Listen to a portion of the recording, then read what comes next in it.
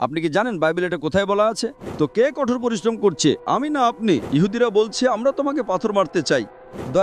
দরার বেশি ভাষণ দেবেন না। আমি পথ, সত্য এবং জীবন, আমার মাধ্যমে ছাড়া কেউ পিতার কাছে যেতে পারবে না। তাহলে ছোট্ট জন ঈশ্বর হওয়া উচিত। হৃদয়ের প্রশান্তি।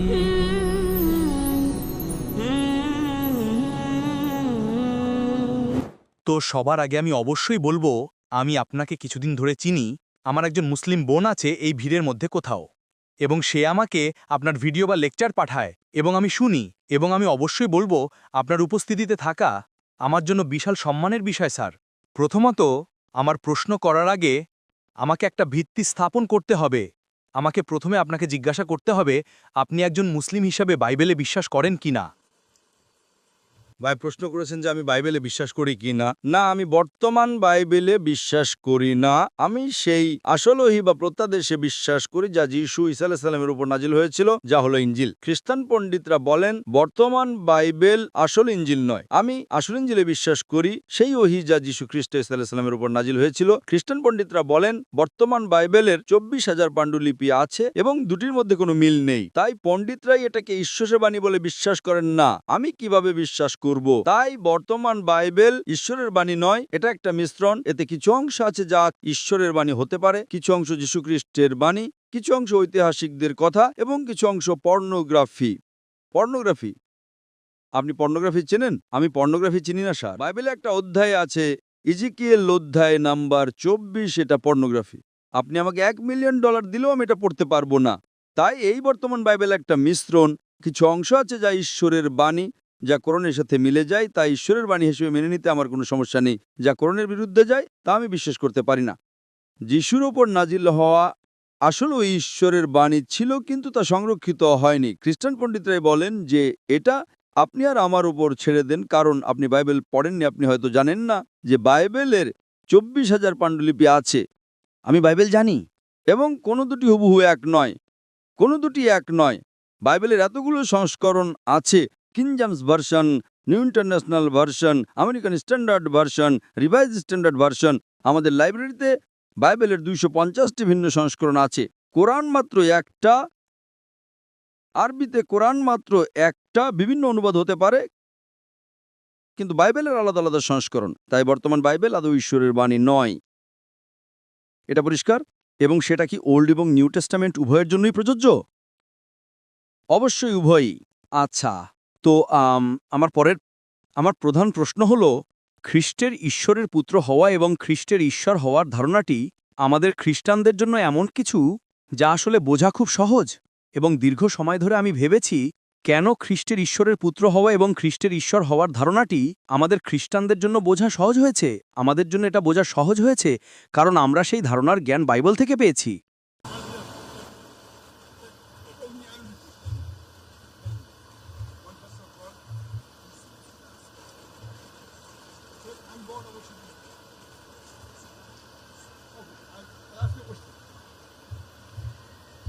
ভাই বলছেন, আমাকে প্রশ্ন করছেন যে কেন এই ধারণাটা যে যিশু ঈশ্বরের পুত্র এবং তিনি বাইবেলের ঈশ্বর, কেন মুসলিমরা এই প্রশ্নটা বুঝতে পারে না? তো আমি তাকে বলছি, আমি আমার প্রশ্ন উত্তর পর্বে এবং আমার বক্তব্যে স্পষ্টভাবে উল্লেখ করেছি যে কেন মুসলিমরা এবং কেন খ্রিস্টানরা বুঝতে পারে না। আমি বাইবেল খুব ভালো বুঝি। আমি অন্য মুসলিমদের কথা বলছি না। আমি বাইবেল পড়েছি, আমি বাইবেল অধ্যয়ন করেছি। কোথাও যীশু খ্রিস্ট সাল্লাল্লাহু আলাইহি সাল্লাম, এবং আমি বলেছি যে পুরো বাইবেলে একটাও ব্যর্থহীন উক্তি নেই, একটাও স্পষ্ট উক্তি নেই যেখানে যীশু খ্রিস্ট সাল্লাল্লাহু আলাইহি সাল্লাম নিজে বলেছেন আমি ঈশ্বর, অথবা যেখানে তিনি বলেছেন আমার উপাসনা করো। যদি আপনি আপনি আপনি ভাই বাইবেল থেকে একটা আয়াতও দেখাতে পারেন যেখানে যীশু খ্রিস্ট সাল্লাল্লাহু আলাইহি সাল্লাম নিজে বলেছেন আমি ঈশ্বর, অথবা যেখানে তিনি বলেছেন আমার উপাসনা করো, আমি খ্রিস্টান ধর্ম গ্রহণ করতে প্রস্তুত। একটা আয়াত, মাত্র একটা। হ্যাঁ হ্যাঁ হ্যাঁ।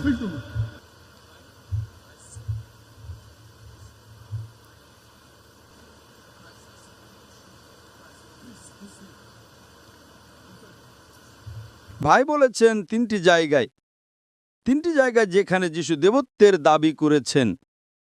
আমার চ্যালেঞ্জ কি ছিল? বাইবেলে একটাও আয়াত নেই যেখানে যীশু খ্রিস্ট সাল্লাল্লাহু আলাইহি সাল্লাম নিজে বলেছেন আমি ঈশ্বর, অথবা যেখানে তিনি বলেছেন আমার উপাসনা করো। ভাই বলছেন যিশু বলেছেন আমি এবং আমার পিতা এক। এর মানে কি তিনি ঈশ্বর? না। এর মানে কি তিনি ঈশ্বর? না। আমি আসব।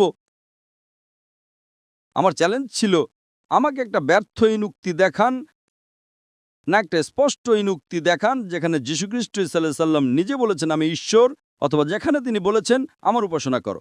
ভাই বলছেন যিশু বলেছেন আমি এবং আমার পিতা এক। আপনি কি জানেন বাইবেলে এটা কোথায় বলা আছে? আপনি কি জানেন বাইবেলে এটা কোথায় বলা আছে? না, আপনি জানেন না। হ্যাঁ, আপনি কি জানেন? না, আপনি জানেন না। আপনি কি রেফারেন্স জানেন না? জানেন না। আপনি কি রেফারেন্স জানেন কোথায় বাইবেল বলে যীশুখ্রিস্ট ইসলাম বলেছেন আমি এবং আমার পিতা এক? আমি দেখতে পারি, আমি আপনার জন্য এটা করতে পারি। আপনি কি এখন জানেন না? না, হ্যাঁ অথবা না? আমি এখন জানি না আমি স্যার। আপনাকে সাহায্য করব। আমি আপনাকে সাহায্য করব। তিনি জানেন না। সাহায্য করুন, আমাকে সাহায্য করুন দয়া করে। আচ্ছা, তিনি যে উল্লেখ করছেন তা হলো গসপেল অফ জন অধ্যায় নম্বর 10 আয়াত নম্বর 30। তিনি বাইবেলের একটা আয়াতের কথা বলছেন যা তিনি বিশ্বাস করেন, আর আমি তাকে রেফারেন্স দিচ্ছি। ধন্যবাদ স্যার, ধন্যবাদ স্যার, আপনারা আমরা মিলিটারির মনে আছে ধন্যবাদ স্যার। তো কে কঠোর পরিশ্রম করছে, আমি না আপনি? আপনি ধন্যবাদ, কিছু স্যার। বলছেন আর আমি তাকে রেফারেন্স দিচ্ছি, তাহলে কে বেশি চেষ্টা করছে, আপনি না আমি? আপনি কে বেশি গবেষণা করছে? আপনি। আচ্ছা, এখন প্রসঙ্গটা কি?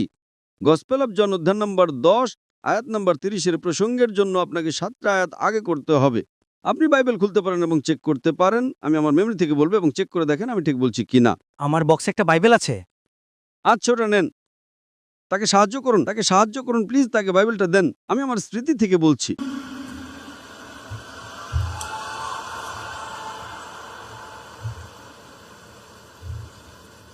প্রসঙ্গ গসপেল অফ জন অধ্যায় নম্বর 10 আয়াত নম্বর 23। এখানে বলা হয়েছে যিশু সলোমনের মন্দিরের বারান্দায় প্রবেশ করলেন। আয়াত নম্বর 24, ইহুদিরা সৈন্যরা তাকে ঘিরে ধরল এবং তাকে জিজ্ঞাসা করল কতদিন তুমি আমাদের সন্দেহে রাখবে? যদি তুমি খ্রিস্ট হও তবে আমাদের স্পষ্টভাবে বলো। গসপেল অফ জন অধ্যায় নম্বর 10 আয়াত নম্বর 23-24।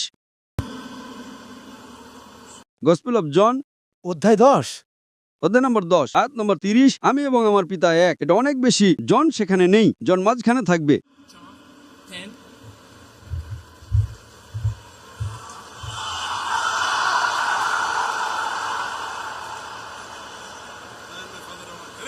Correct. গসপেল অফ জন অধ্যায় নম্বর 10 আয়াত নম্বর 30 সঠিক। 100%। কি বললেন? 100%। 100% খুব ভালো। এখন আমি শুরু করব আয়াত নাম্বার 23 থেকে 7টি আয়াত আগে। যিশু বারান্দায় প্রবেশ করলেন। পড়ুন। সুলেমানের মন্দির বারমিলিয়নে যিশু সুলেমানের মন্দিরে বারান্দায় প্রবেশ করলেন। আয়াত নাম্বার 24, ইহুদিরা সৈন্যরা তাকে ঘিরে ধরল আর জিজ্ঞাসা করল কেন তুমি আমাদের সন্দেহে রাখছ?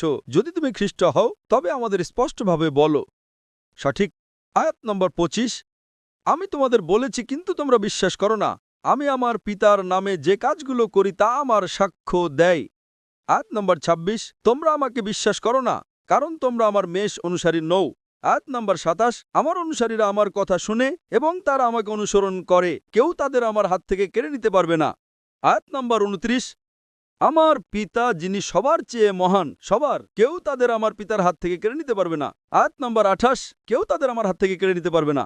আয়াত নম্বর 29, আমার পিতা সবার চেয়ে মহান, কেউ তাদের আমার পিতার হাত থেকে কেড়ে নিতে পারবে না। আয়াত নম্বর 30, আমি এবং আমার পিতা এক।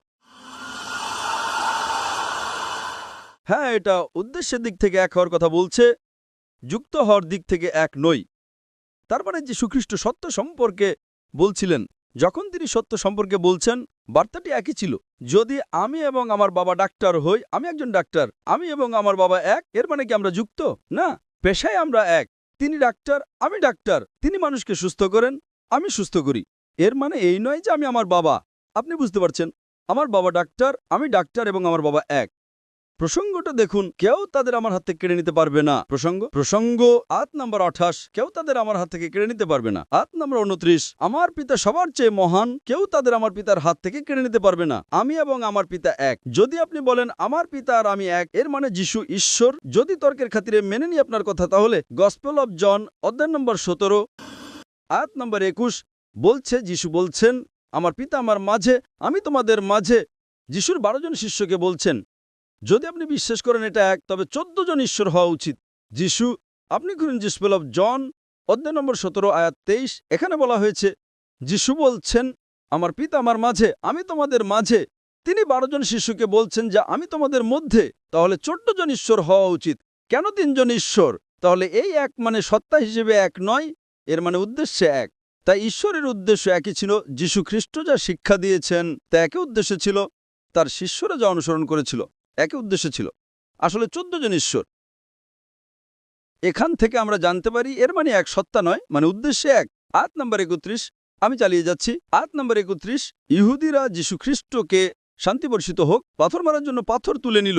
আয়াত নম্বর 32, একই গসপেল অফ জন অধ্যায় নম্বর 4 আয়াত নম্বর 32, যিশু বলছেন, আমি অনেক ভালো কাজ করেছি। যিশু খ্রিস্ট, অন্য কোনো ভালো কাজের জন্য তোমরা আমাকে পাথর মারতে চাও। আয়াত নম্বর 33, যিশুর শিষ্যরা বলছে, আমরা তোমাকে পাথর মারি কারণ তুমি মানুষে ধর্মের অপমান বা ব্লাসফেমি করছো। ইহুদিরা বলছে, আমরা তোমাকে পাথর মারতে চাই কারণ তুমি মানুষ হয়ে ধর্মের অপমান করতে চাও।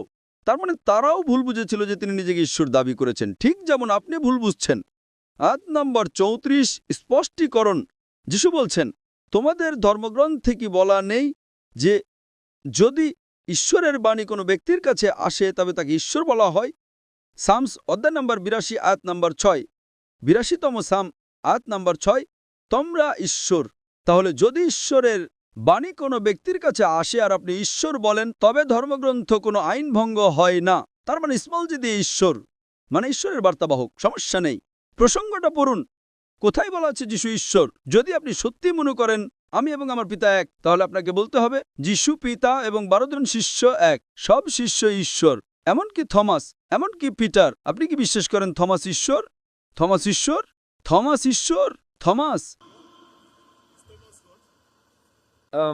আপনি কারণ যিশু শিষ্যদের বলেছিলেন, পিতা আমার মাঝে, আমি তোমাদের মধ্যে, আমরা এক। যদি আমি এবং আমার পিতা এক ঈশ্বর হয়, তাহলে 14 জন ঈশ্বর হওয়া উচিত। আমি আমার জীবনে কোনো চার্চে কোনো খ্রিস্টানকে বলতে শুনিনি যে 14 জন ঈশ্বর আছেন। তার মানে এই এক মানে উদ্দেশ্যে এক। আমি আপনার প্রথম প্রশ্নের উত্তর দিয়েছি, এবার দ্বিতীয়টি। দরার বেশি ভাষণ দেবেন না। আমি জানি, আমি চাই, আমি বুঝলাম। স্টেপ মাইক্রোফোনটা দেন। আপনি যা বললেন আমি আপনার কথা শুনতে পাচ্ছি না। ওই মাইক্রোফোনে আপনি এটা শুনতে পাচ্ছেন না। আপনি শুনতে পাচ্ছেন, ওই মাইক্রোফোনে আপনি শুনতে পাচ্ছেন না। অন্য মাইক্রোফোন দেন। ভাই বোনেরা কি অনেকে শুনতে পাচ্ছেন? আমি আপনাকে শুনতে পাচ্ছি না।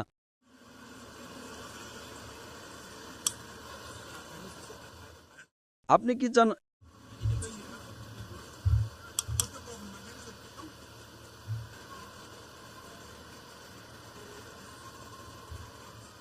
দ্বিতীয় রেফারেন্স তিনি দিয়েছেন। দ্বিতীয় জায়গা তিনি বলেছেন, আমি পথ, সত্য এবং জীবন, আমার মাধ্যমে ছাড়া কেউ পিতার কাছে যেতে পারবে না। এটাই আপনি বলেছেন। সঠিক। দুঃখিত, আমি না, যে আমাকে দেখেছে সে পিতাকে দেখেছে। দুঃখিত, হ্যাঁ সেটাই। আপনি কি রেফারেন্স জানেন? রেফারেন্স আমি ওটা বলেছিলাম। রেফারেন্স আপনি বলুন স্যার, আপনি বলুন। রেফারেন্স জানেন না? তিনি আমাকে সেই আয়াত বলছেন যেখানে তার মতে যিশু ঈশ্বর। রেফারেন্স জানেন না? গসপেল অফ জন অধ্যায় নম্বর 14 আয়াত নম্বর 7 খুলুন। অধ্যায় কত? গসপেল অফ জন অধ্যায় নম্বর 14 আয়াত নম্বর 7। 14, এই তো এখানে। এটা কি ওটা বলছে নাকি না? 7, 8, 9। হ্যাঁ, ভালো। প্রসঙ্গ কি?